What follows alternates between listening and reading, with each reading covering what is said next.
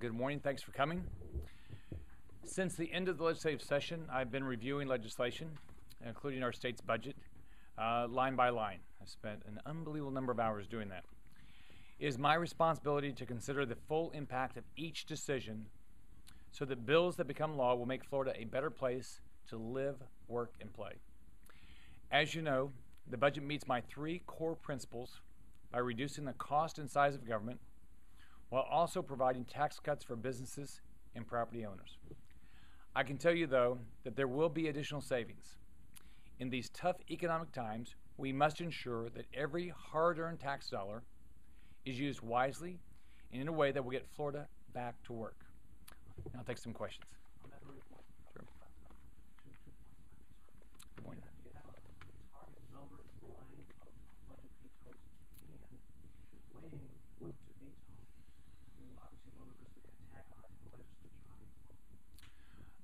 Well, I'm going through line by line, so I didn't come up with a target number. So I'm looking at each project, each line, and my job is I have constitutional authority to veto things, and the legislature has the opportunity to act in their constitutional authority. Part of the budget is, yes. Of course, $542 per student last 1,400 teachers being laid off today in Broward County. What's your envision schools looking like with that much less money? $1 billion budget. Sure. As you know, the federal government, through stimulus dollars, gave the state our schools money, and then, as you know, they've taken that back. Continue to stop funding. So our effort was to make sure our state funding stayed where it was, and that was my commitment in the campaign. I think like every family in the state, every business in the state probably, everybody's having to rethink how they do their job and how they've tightened their belts. Our schools are doing the same thing. I'm real proud of what we accomplished this session with the Student Success Act, the things that we've done to allow our principals to pick the best, most effective teachers, start the process of merit pay, expansion of successful charter schools, expansion of virtual education, expansion of opportunity scholarships. I think all those things are doing the exact right thing for education. That's putting our students first. Good, Mike.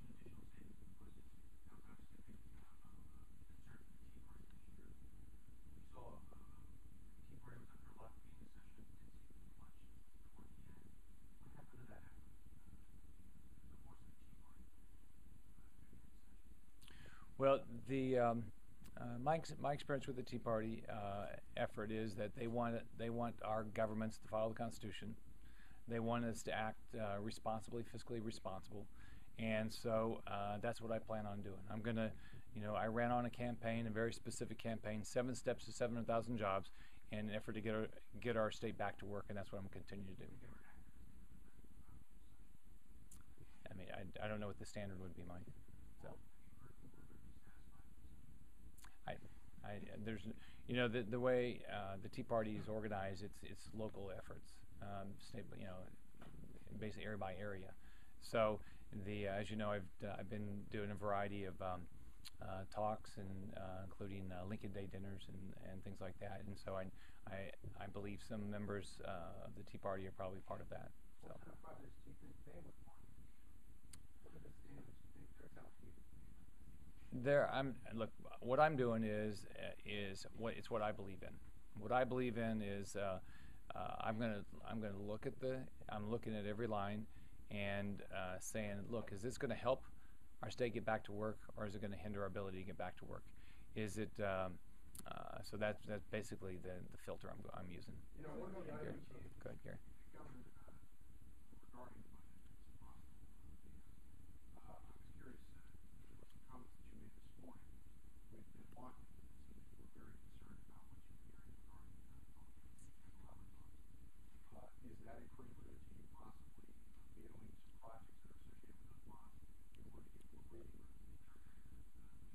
Well, it's clearly something I've been if you look at one of the things I've been concerned about since I've been coming to office is the state's obligations, and what obligations does the state have, whether it's debt that's a full faith and credit of the state, whether it's making sure that Citizens Insurance becomes the insurance company of last resort, making sure that we have reserves, we keep our credit rating.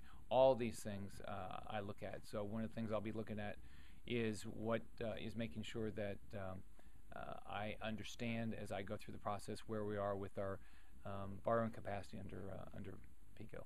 Governor, since you're Go ahead. I think you're next. One of the projects that you can get a little bit of pushback on is the idea of closing grain storage in a very economically strong section of the state. You can maybe further talk about that. Yeah, as you know, I brought in.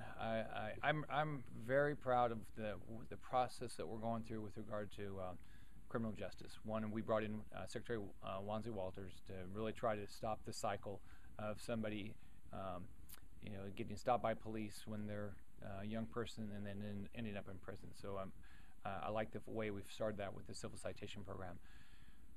I brought in Ed Buss from Indiana with the belief that he would do a better job of figuring out how we could spend our dollars better with regard to the correction system and make sure that when people get out of prison, they don't come back. So we're going to have to make some tough decisions, so I'm going to rely on the Secretary to help me make those. Governor, go ahead.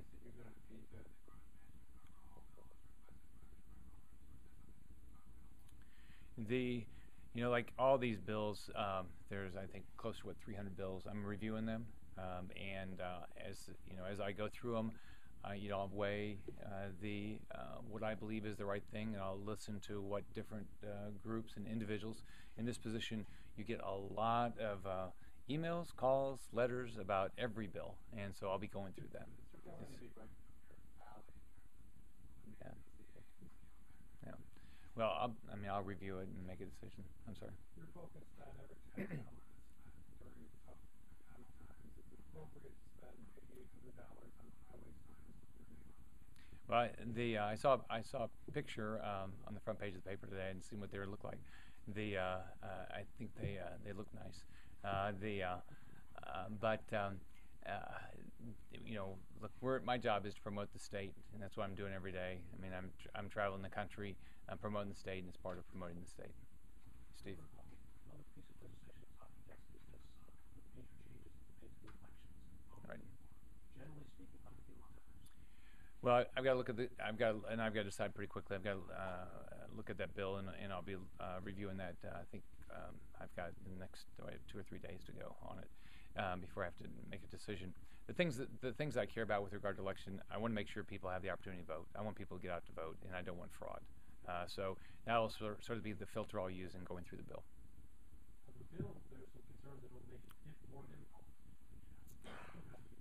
I'll go through it, and as I read it, I'll make a decision. But I think I still remember civics class in 9th grade. We're all supposed to vote, so I believe in that. But I also believe that we don't want any fraud. So. Can I ask you on you got Yep. last week on Right.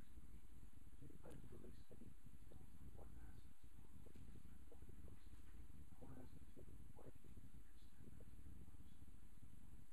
Well, my wife's not subject. She's not the governor, so she's not subject to it. And I've made all the filings required. I've put, just go back to what it was last June, whatever. I filed everything. You can read anything you want about everything I own. There's not much I do that it's not public record now. So, all right. You talk about jobs relevant back to the teachers. It appears there could be 5, 10, 12,000 teachers looking for work. How does that work? Well, as you know, my job is to focus on making sure this overall our state grows, making sure we grow private sector jobs. Our governments, just like the private sector, they're having to figure out how they spend the money better. And everybody is doing that. You do it every day in how you spend your money. We're all doing it when we shop. So my job is to do everything I can to not waste taxpayer dollars. All right. The last one now. Go ahead, Mike. I won't leave early. Oh, do I really? I thought you guys were done. I was.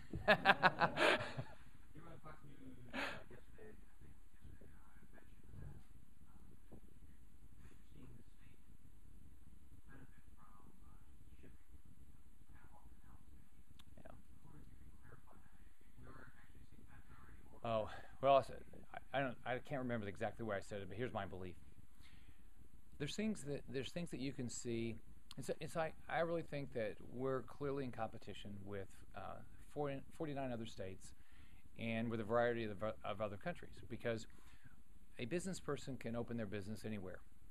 It didn't used to be that people were comfortable opening their businesses in Panama or Colombia or Brazil or China or India, Vietnam, any of these other countries. Now they are. So we've got to say, what's our strength in the state, and as compared to these other states and other countries? One, we're clearly going to continue to be a tourist destination, so that industry should do well. We clearly should continue to have a very vibrant agriculture community. If you look at something that we should have a big opportunity, and that's with the expansion of shipping. One, with the expansion of the Panama Canal, creates an opportunity. Two, with the expansion of the economies in Central and South America, that creates an opportunity. So we need to really put a lot of effort into spending the money in the right places for our 14 ports to get ready. So the Miami Dredge project, just finishing that my understanding of the numbers is that project in the end, after it's all finished, should be something like 30 or 33,000 permanent jobs. So so if that's not exactly what I said, that's what I meant yesterday.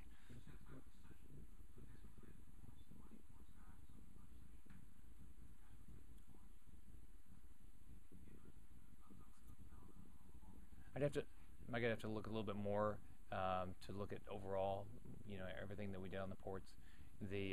I know I've got to look at the bill, but the bill with regard to the security in the ports, which was a significant issue for the ports because we were spending money on security twice. They had to comply with state and federal, and so I haven't read the bill, but I know that was a big issue.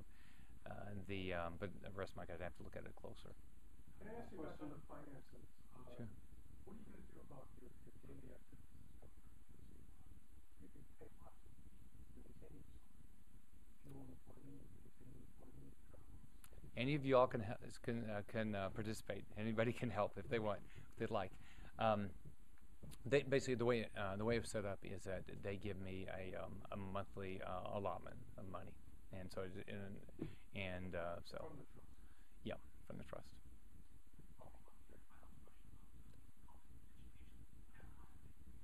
Right.